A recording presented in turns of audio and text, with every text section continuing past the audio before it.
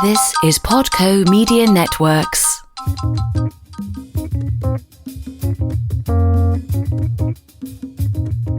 Hi, everyone. It's Florence Adu, and you're listening to Glocal Citizens, the podcast that inspires a borderless mindset around doing something in the world.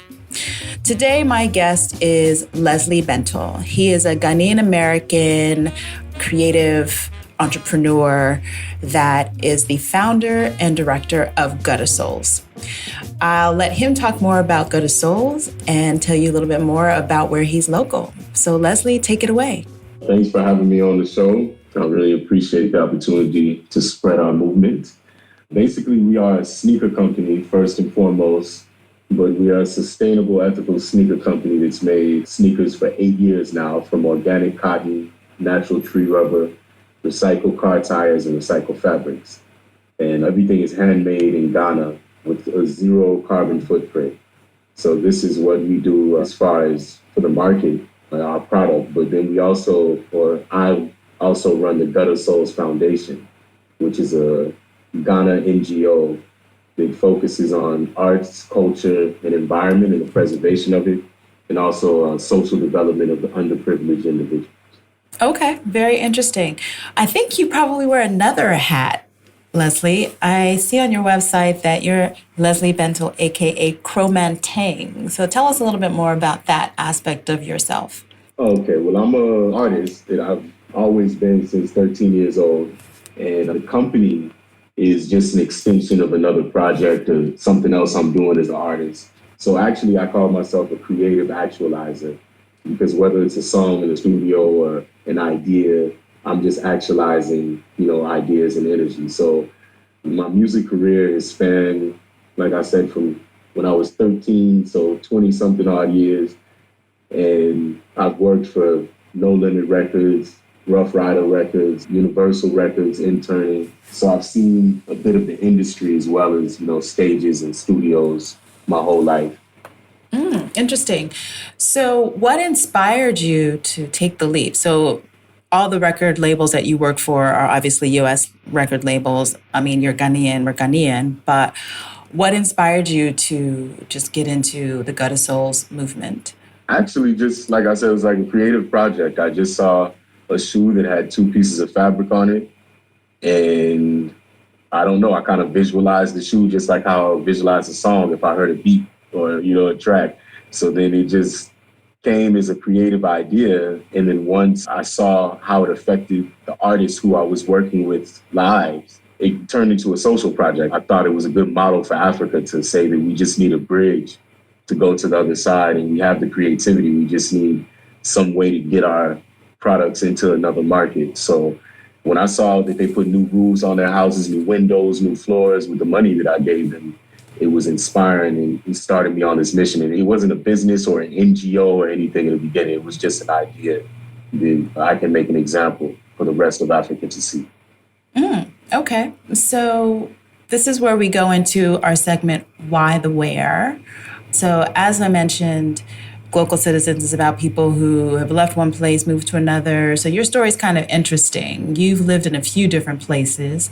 So tell us where you're local. And I think that's a couple of places. But the question is, why the where? Well, I think throughout my life, I've always regarded Ghana as home because my grandparents were in Ghana when I was growing up. My cousins, my uncles, my aunts, both my parents are from Ghana. We were the only ones, up to a certain point, we were the only ones who were in the States like that. So we would go back every year, every other year. And my parents kind of gave me that luxury to keep in touch with the culture.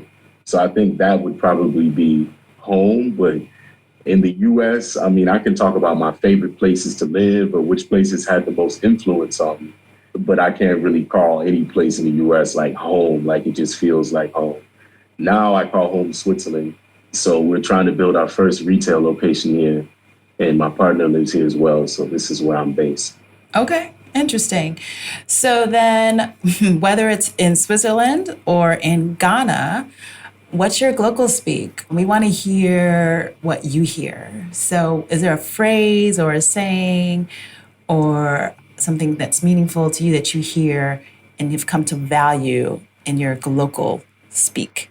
That is a interesting question because it could be so many things, but I think that for our company, our local speak would be get gutter because, the gutter is perceived as a negative place in Ghana, locally where I feel that I'm from or where, I relate with the most. It's looked at like a dirty thing, and we're literally taking trash out of the gutter. And for me, our definition of the gutter is broader because in Ghana, we have open gutters. They're not closed. So it means that we can get out. If there's a metaphor of, us being in the gutter or something. And this is what we aim to do with the company. So I guess get gutter would be our global speak. Okay, let's use that. Let's banter. Let's talk about get gutter or gutter, get gutter. Right. So I come up to you, you're in the workshop, and we're bantering around talking about, let's say, the taxi that took a wrong turn and just made a mess of things. How would you use get gutter in that context? I wouldn't. I guess I couldn't. It's about get gutter is more of a feeling of resiliency than it is a statement of like a noun or adverb or something an adjective, to describe something. If I was in a taxi and we needed to go somewhere, I couldn't imagine how I would use it. Okay, I got one. So I'm in a taxi. Right. The taxi's taking some, wrong turns. We end up in traffic. I'm late for my meeting. And I tell the taxi driver, yo, we got to get over this traffic. You got to just get gutter and let us get there. Would that work? Oh, okay. It would work, but it wouldn't work to relate to us because getting gutter in that context would mean you just got to get grimy or you got to, do what you got to do right. to get through the traffic. And we also do feel like we got to do what we got to do. But I guess, you know what? You might be adding a definition to it right now because, we get gutter and we get our hands dirty and we work hard. And it's kind of the same metaphor. So, yeah, you could use it in that context. That would be a great one. And that's a great segue into talking a lot more about the details of what it takes to do what you do. So you have a product, a beautiful product. You can see more about the product on our website, glocalcitizens.com. And you can also visit guttasoles.com. And you're on Instagram, Facebook, where else? Twitter, TikTok, all of the applications should be there on the Gutta Soles. Okay, YouTube, of course. And that's GUTTASOLES, Gutta Soles. So tell us more about exactly what the work is like. Give us what the process is to actually put together one of, your couture lines. So tell us more about the two different lines that you have. Let's hear about what Gutta Soles, the company, is all about. Let's see if you guys can follow me. I'll try and make it clear. We have two main brands. One is Gutta Soles, and the other one's Upcycled by G Soles. And basically, Gutta Soles is one-of-one customized sneakers that we make with tires is the soles, organic cotton is the uppers, and natural tree rubber for the tape and the shell of the shoe. So this is our premier product that definitely is like our S-Class out of the Mercedes brand or something like that. And our A-Class, which is more affordable for people to buy, is called Upcycled by G Soles. And it's just an upcycled shoe with recycled pieces of fabrics on the upper. And I forgot to mention, we have the recycled pieces of fabric on the uppers of the Gutta Soles as well. But these are without a car tire. They're a fraction of the price, and they help rid our waterways and our dumps of excess shoes that would just be sitting in the market and thrown away in Ghana because Ghanaians cannot afford them. So within the Gutta Soles brand, we have two collections. We have the exclusive edition, which is one of one. The shoe can never be repeated, customized. And then we have the custom collection, which is just a customized shoe, which might be repeated or something similar might come out looking like it. So yeah, we have those two. And we also have the Gutta Soles Foundation, of course, that deals with our social projects. Okay, so tell us more about that. I know you have a great partnership with one of the international schools here in Ghana, and you've done some other projects with local kids. So tell us more about the foundation's work. The foundation is basically just become official in words But as I stated from the beginning, we always had a focus on what it could do for the community, what this discovery of this bridge to this new market could do. So now, like I said before, our objectives are to increase the awareness of and the preservation of our Ghanaian arts, culture, and environment, and also to work for the social development of underprivileged individuals. We have a couple of initiatives that we have in the pipeline. Our first one was the Osu Children's Shelter. We went there and did a workshop and presented the kids with upcycled by Soles shoe bags. They're like rucksacks, so they can have some things recycled. They can inspire them to go in the direction of being green and doing more from nothing. That was our first official project. In the pipeline, we have some very interesting stuff like health insurance for underprivileged children, single mother assistance, funding for school fees, childcare, rent, hospital bills, etc. Cultural identity courses for the youth that are curriculum based off of Ghanaian traditional culture so they can understand who they are, to more understand where they're going. And a neighborhood environmental awareness program, which consists of like cleaning waste from waterways, beaches, gutters, and spreading information about negative environmental impact of some of the things we do in Ghana. So this is our main push with the Gutta Soles Foundation. And we aim to be the first retail shoe company that is giving more than 70% of its profits back into the foundation that we operate. So it's in essence a nonprofit with the excess just used to run the business. Oh, wow. Okay. That's a great model for our parts of the world, most definitely, which leads me to ask a little bit about, so if people wanted to participate in the work of the foundation or helping to help fund your projects, how could they do that? Well, we need to set up a portal on our site. It is currently, we've set it up, but it hasn't launched. But in the next 2 weeks, you should be able to go to www.guttasoles.com and make donations, and we'll have all the information there, as it is something we're just officially pushing into. We've never taken donations or anything. We've always run off of the sales of the company to do what we're doing. Being here and seeing that there's so little opportunity for creative expression and even just a lot of the services that you described, it's a great thing that you're doing, that you're actually recognizing it and taking an initiative. You're a small company and you're doing your part. And I wish that a lot of our corporations were doing a bigger part that is comparable. Yeah, exactly. This is an opportunity to create a model, to lead by example, because there's so many things wrong in Ghana. And we can sit around and complain about them all day, or we can do things that at least show people that it's possible to do good. So what do you think? So you've done the foundation, you have your 2 lines. What do you think is next for your sneakers? What's next in the sneaker business? Like, what are the trends that you're potentially like watching and keeping track of? Like, what's the next big thing in that space? Well, we just completed a project using vintage Blisco for Pat Thomas and the Kwashiorkor area band. And that was a very interesting project because for the first time I got involved directly as the designer of the whole collection. And it's something that I kind of innately have been doing because every shoe has to pass through my filter before it's actually actualized fully. So I help the guys creatively. They don't know what the outside market, the European market looks like. And so I have to kind of assist them with the vision. But I never really put my hands in the work. And this collection I did, and it birthed a new idea for a new collection called the Select Collection that will be completely designed by me. And this is something very, very important moving forward because I have some ideas that I'm trying to implement, especially with Blisco, to try and introduce a green type of design to some of their projects that are going on. So that's going on. I also have a water project in the pipeline with Leogang, which is a water company, an excellent water company in Berlin, Germany. And we all have been meeting and talking about the possibilities of doing a huge water project that might change the way we look at water in Ghana. And so, yeah, these are just 2 things in the future, but there's so many things that are going on.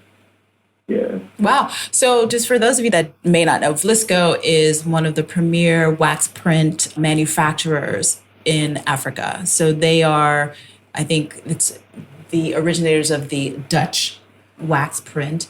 So amongst the different brands that are out there, Vlisco's been around for the longest. They've been making prints. And I can remember as a kid, one of the most interesting things was getting the Vlisco calendar. So every year they do a calendar out of a print, and it's a piece of fabric, but it's beautiful. So that's just something that sticks in my mind about Vlisco. So that's why this has so much weight, is because Vlisco has been around for at least a century, right? Like in the 1800s, I think. Yeah, the mid 1800s. Yeah. So that's a huge opportunity and a huge undertaking. I'm excited to see where that goes.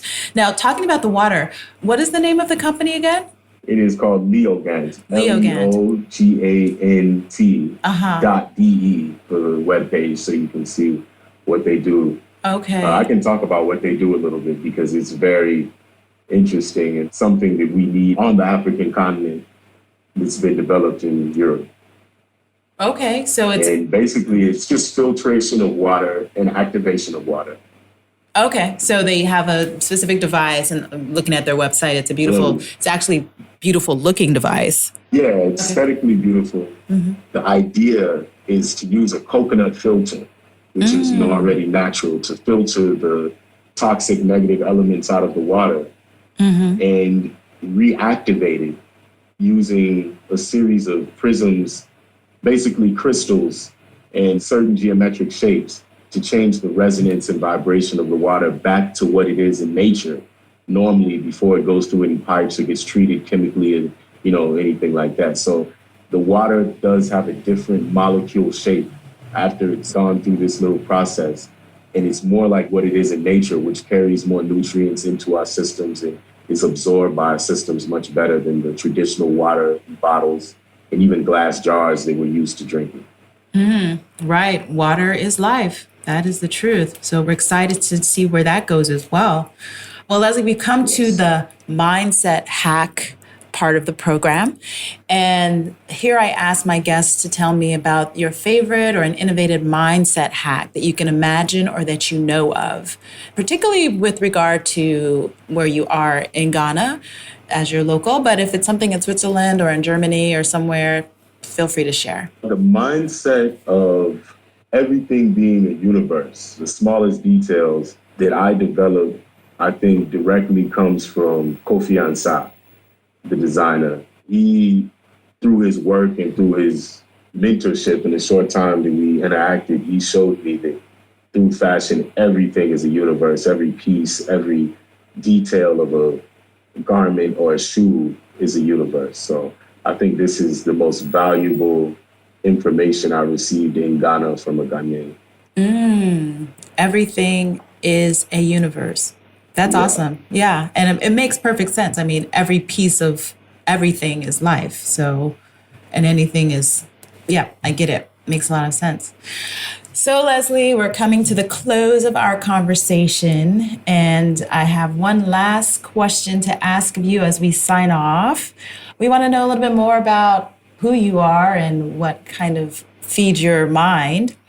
And so tell us a little bit more about what you're listening to these days. To be honest with you, most of my listening is different frequencies that I listen to at different hertz just to give me different feelings and feels, for different situations. But outside of that, right now I'm listening to Nipsey Hussle, of course. His motivation and just what he did with his life is a constant energy shift when I needed to be, as well as Pat Thomas and the Kwashibu Area Band, which to me is the best Ghanaian highlife music that has been created since they created highlife music. It's really Kwame Yeboah gives the band a really new, fresh look, and Pat Thomas is a legendary singer. So, those are the two bands I'm into right now, two groups. Okay, that's pretty awesome. And just to go back to the frequency comment, I love them as well. I listen to basically binaural beats and different levels of sound, from singing bowls to crystals and all those things. So I would, dear guests, that's something you might want to think about as well, because they're excellent ways to calm the mind, inspire creativity, and actually heal the body. So I would almost say that's a mindset hack that I would, dovetails with the mindset hack. So Leslie, thank you so much for being with us today. I really appreciate you taking time out of your busy day And No problem. I look forward to seeing more about Gutta Soles and the foundation and everything that you're working on.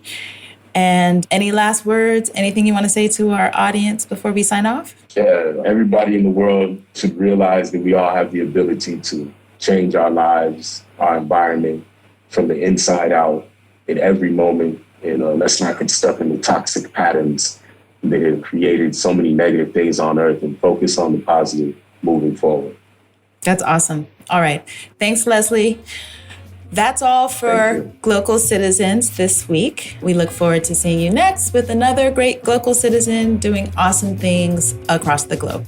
Until then, I'm Florence Adu. See you later.